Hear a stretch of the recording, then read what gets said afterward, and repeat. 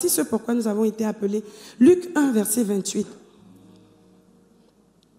L'ange entra chez elle et dit, « Je te salue, toi à qui une grâce a été faite. Le Seigneur est avec toi. » Ça, c'est comme ça que Dieu, justement, répond à la promesse qu'il avait faite à Ève, disant que je rachèterai l'homme, la postérité de l'homme sera rachetée par toi. Et c'est pour ça, justement, que le diable a attaqué la femme, mais sans savoir que quand Dieu dit quelque chose, il finit par le faire. Et Dieu a trouvé les moyens de le faire. Il a trouvé une vierge sur la terre, une fille qui s'est gardée, une fille qui a respecté les commandements, les préceptes et qui s'est disposée. Et aussi parce qu'elle était mariée à Joseph, c'est vrai. Mais si elle était mariée à Joseph, qu'elle n'avait pas une vie correcte, ça ne se serait pas passé par elle. Ça ne serait pas passé par elle, je veux dire. Donc c'est important que chacune d'entre nous, au stade où nous sommes, que nous puissions réaliser que Dieu a besoin de nous. Si Dieu nous a appelés dans sa maison, si Dieu nous a sauvés, ça veut dire qu'à partir du moment du salut, il y a quelque chose qui veut rattraper. Rien n'est perdu. Marc 16, verset 9. Jésus, étant ressuscité le matin du premier jour de la semaine, apparut d'abord à Marie de Magdala. Écoutez la suite. De laquelle il avait chassé combien? 7 démons.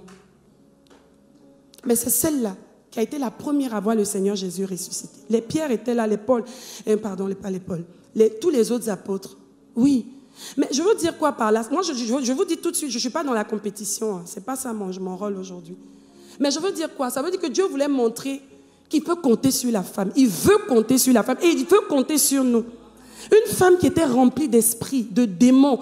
Mais dès qu'elle a rencontré le Seigneur Jésus, sa vie a totalement basculé. Et elle a décidé de mettre sa vie au service de celui-là qui pouvait l'aimer au-delà de tout. Personne ne pouvait l'accepter. J'imagine même que dans le staff, on disait, mais Jésus aussi, attends quand même. Une autre, mais Marie, là, je trouve qu'elle est trop proche. C'est quand même une femme compliquée. Il ne faut pas qu'il se mette dans les problèmes, en fait. Mais Dieu aimait la femme. Dieu l'a aimée. Et j'imagine que son cœur était tellement engagé. Vous savez, quand vous avez péché dans la vie, quand vous avez été loin dans le péché, vous savez tellement apprécier la grâce, que vous êtes tellement disposé à ce que celui qui vous a racheté puisse prendre le meilleur de vous. Et que vous êtes prêt à donner le meilleur de vous-même pour que lui, il puisse vraiment avoir des raisons de se dire, oui, tu méritais vraiment. Quoi qu'on ne pourra jamais mériter, mais vraiment, je ne regrette pas de t'avoir sauvé. C'est ça. Ces deux exemples-là pour dire quoi? Aujourd'hui, tu peux avoir été dans une situation toute petite, comme j'ai dit, tout ton parcours. Et tu t'es retrouvé dans des choses indignes. C'est vrai, c'est vrai. Comme Ève, tu as péché, on le reconnaît, c'est vrai. Mais ce n'est pas la fin. Ce n'est pas la fin. Dieu veut te sauver aujourd'hui parce qu'il peut changer les choses dans ta vie. Il veut que tu puisses justement réaliser que si tu as été comme cette femme, Marie de Magdala, quels que soient les esprits et les démons et tous les travers, les étiquettes qu'on a pu te coller, les cicatrices que tu peux avoir sur ton corps ou sur ton parcours, Dieu peut encore t'utiliser. Et Dieu veut t'utiliser.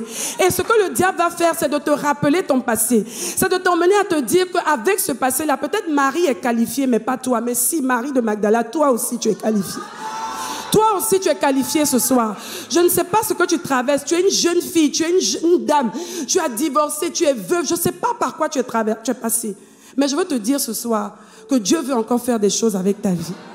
Ne laisse pas le diable t'emmener dans une fatalité. Oh oui, vraiment, quand je regarde dans ma famille, personne n'a réussi. Oui, mais c'est pour ça que tu as été sauvé. Pour que toi, tu puisses faire la différence. Amen. Amen. Toutes les femmes, quel que soit leur... Et c'est vrai, gloire à Dieu aussi. Mais je veux parler aussi pour celles qui s'identifient à Marie. Vous faites bien. Dans cette génération, c'est une grâce de rencontrer le Seigneur très tôt. Tu es une jeune fille. Tu es ici ce soir. Notre rôle à nous, on va le lire. Attendez, je le lis parce qu'il faut que je le soutienne par la parole. Tite 2, versets 3 à 5. Dit que les femmes âgées doivent aussi avoir l'extérieur qui convient à la sainteté. N'être ni médisantes ni adonnées au vin. Qu'elles doivent donner de bonnes instructions dans le but d'apprendre aux jeunes femmes à aimer leur mari et leurs enfants et à être retenues, chastes, occupées aux soins domestiques, bonnes, soumises à leur mari, afin que la parole de Dieu ne soit pas blasphémée. C'est vrai, tu es là, tu es jeune. Tu peux te dire, oui, peut-être qu'on parle beaucoup plus des femmes en couple et tout ça. Mais ce que nous sommes en train de faire, c'est de te préparer. C'est de t'équiper, te dire au stade où tu es arrivé, ne laisse pas le monde te séduire. Ne laisse pas les modèles les prototypes du monde influencer ce que tu entends ici dans la maison du Seigneur. Nous qui sommes enfants de Dieu, qui sommes mères, Dieu compte sur nous. Nous qui avons rencontré Jésus-Christ à pouvoir parler à nos enfants. Qu'est-ce qu'on voit aujourd'hui dans nos maisons? Nous sommes nés de nouveau, mais au nom de la liberté d'expression, au nom de la modernité, au nom de je ne sais quel concept. On laisse faire des choses dans nos maisons. Nos filles sont devenues autre chose. Et on est fiers de dire, oui, on part à l'église. Mais quel est le modèle? Si elle-même dans sa propre maison, elle sait que ça, c'est pas normal, mais sa mère tolère, sa mère qui est censée être un modèle pour elle, lui dire, ça, c'est pas bon. Je suis passée par là, je te dis, ma fille, si tu continues comme ça, tu vas voir. Moi, j'ai dit merci à ma mère. Mais tard. Il y a des choses pour lesquelles, si j'avais écouté ma mère, je serais passée à côté, loin, loin, loin de certains désastres. Je suis allée lui dire merci, maman. Une fois, là, elle me dit, ah. Je dis, maman, tu avais raison. On a l'impression que non, il ne faut pas être trop dur. La Bible nous demande d'instruire l'enfant quand il est petit. Vous êtes jeune, je parlais aux jeunes filles. C'est une grâce pour vous d'entendre ce que vous entendez à cet âge. Nous, on n'a pas entendu ça à vos âges. Et on a fait des erreurs. Mais aujourd'hui, vous entendez ce que vous entendez. C'est pour que vous puissiez justement ajuster le tir. C'est possible que vos vies soient épanouies parce que le chemin qui n'est pas le chemin du Seigneur va vous emmener au désastre, va vous emmener à perdre du temps, va vous emmener à sortir des desseins de Dieu. Et le bonheur ne se trouve pas chez le diable. Le bonheur ne se trouve pas dans les préceptes diaboliques. Le bonheur se trouve dans la parole de Dieu, dans le suivi, dans la conduite par l'Esprit de Dieu. La Bible dit, seuls ceux qui sont conduits par l'Esprit de Dieu sont fils de Dieu. Si vous êtes là ce soir, c'est pour que vous soyez différentes. C'est pour que dans 10 ans, nous soyons assises et que nous vous voyons vivre.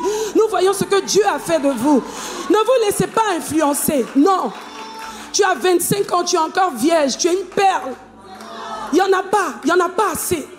Il n'y en a pas beaucoup. Et c'est sûr que celles qui sont déjà dedans vont tout faire pour t'encourager. Si, moi je me rappelle, au lycée c'était comme ça. Celles qui n'étaient plus vierges, elles étaient toujours en train de bombarder les autres. Oh oui, mais de toute façon, tôt ou tard tu vas le faire. Fais-le vite en même temps. Si tu traînes, ça va être plus compliqué, ça va être plus difficile. Qui a dit ça? Il y a une petite ici à qui on a dit, oui, mais il faut absolument que tu aies des rapports sexuels. Tu te rends compte? C'est parce que tu es vierge que tu as des petits fibromes, des petits bobos au niveau de ton appareil génital. Je lui ai dit, dis au médecin que c'est Dieu qui t'a créé. C'est Dieu qui t'a restauré et aujourd'hui tu l'as rencontré dans l'état où tu es.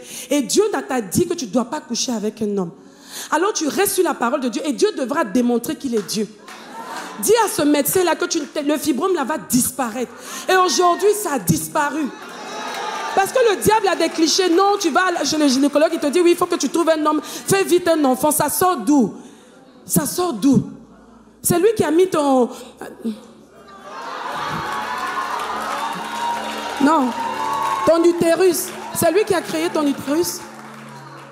Il sait comment ça fonctionne. Attention. Attention, femmes, nous avons une grande responsabilité. Nous avons plus de temps. Vous savez, les femmes, les enfants se sentent plus à l'aise à parler à leur mère. Ne soyez pas les mères qui ferment la porte.